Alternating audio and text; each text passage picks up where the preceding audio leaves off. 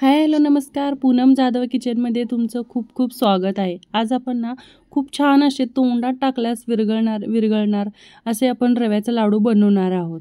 असे मस्त असे एकदम आपल्या हातातून पडला तर लाडू फुटणारही नाही, पण तोंडात टाकला तर विरघळणार अशा एकदम बर्फी टाईपसारखा ना एकदम मस्त असा रव्याचे लाडू बनवणार आहेत. बघा एकदम छोटे छोटे छान असं आपल्याला जसे पाहिजे तसे आणि मस्त असे मनोक्याने डेकोर केलेले खूप छान आपण लाडू बनवणार आहोत. तर सुरू करूया रेसिपीला. सगळ्यात पहिला ना कढई गरम करायला ठेवली होती. तर त्याच्यामध्ये मी फक्त आपण वाटीचं प्रमाण लक्षात ठेवणार आहोत. अर्धी वाटी तूप घेतले मी फक्त आणि एकदम ते कडकडीत आपल्याला गरम करून घ्यायचं आहे. तर ह्याच्यामध्ये ना थोडंसं तूप शिल्लक वाटीत राहिलं ना तरी चालेल, पण आपल्याला हे तूप एकदम कडकडीत गरम करून घ्यायचं आहे. खूप कडकडलेलं तूप पाहिजे, जराही गार नको बरं का. असा रवा टाकला की बघा असं डायरेक्ट गरम व्हायला पाहिजे, इतकं कडकडीत तूप झालेलं पाहिजे आपल्याला.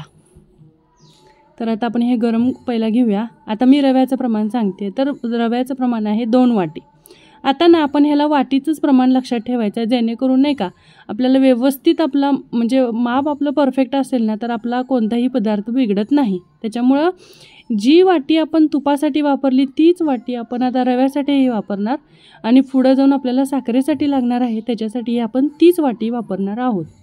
एकच वाटीचं माप ठेवल्यामुळं आपलं प्रमाण चुकणार नाही आणि अचूक प्रमाण असल्यामुळं ना त्याच्यामुळे बिघडण्याचा कुठेही म्हणजे शंकाही राहत नाही. त्यामुळं आपण एकाच वाटीचं प्रमाण लक्षात ठेवायचं. आता एकदम लो फ्लेमवरती ना सुरुवातीला तुम्ही 1-2 मिनटं थोडासा मीडियम फ्लेमवर ठेवला तर गॅस चालेल, पण 1-2 मिनटानंतर एकदा रवा गरम झाला की त्याच्यानंतर मात्र ना आपल्याला एकदम लो फ्लेमवरती रवा भाजून घ्यायचा आहे.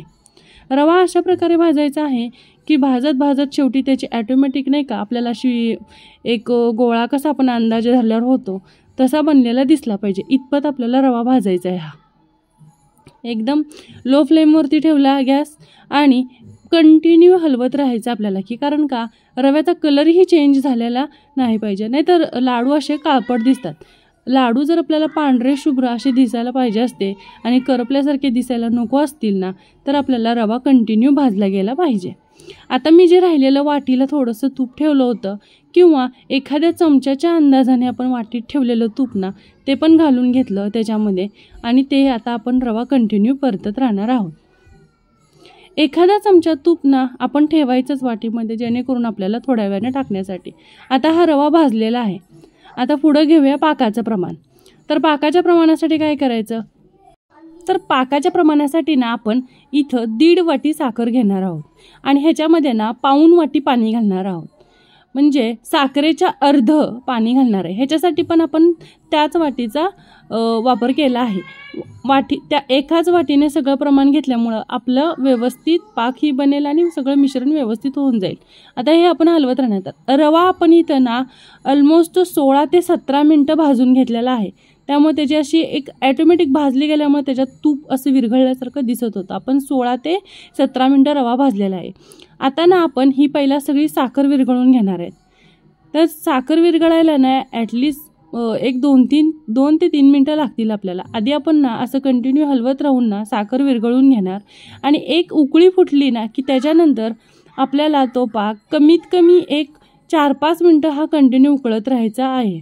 बघा हे असा हा उकळलेला दिसला ना की ह्याच्यामध्ये आपण भाजलेला रवा टाकणार आहोत. जसं तुम्ही आता बघितलं एखादे थेंब हळूहळू पडत दिसला आपल्याला, ज्या मिश्रणाने आपण हलवत होतो ना त्याच्याने आपल्याला तो पाक असा नाही का त्या चमच्याला एकदम हळूहळू पडताना दिसला, म्हणजे ह्याचा अर्थ आपला पाक व्यवस्थित झालेला असतो. रवा असा टाकायचा आणि खूप फास्ट हलवून घ्यायचं, त्याच्यामध्ये अजिबात गटोळ्या होऊ द्यायच्या नाहीत.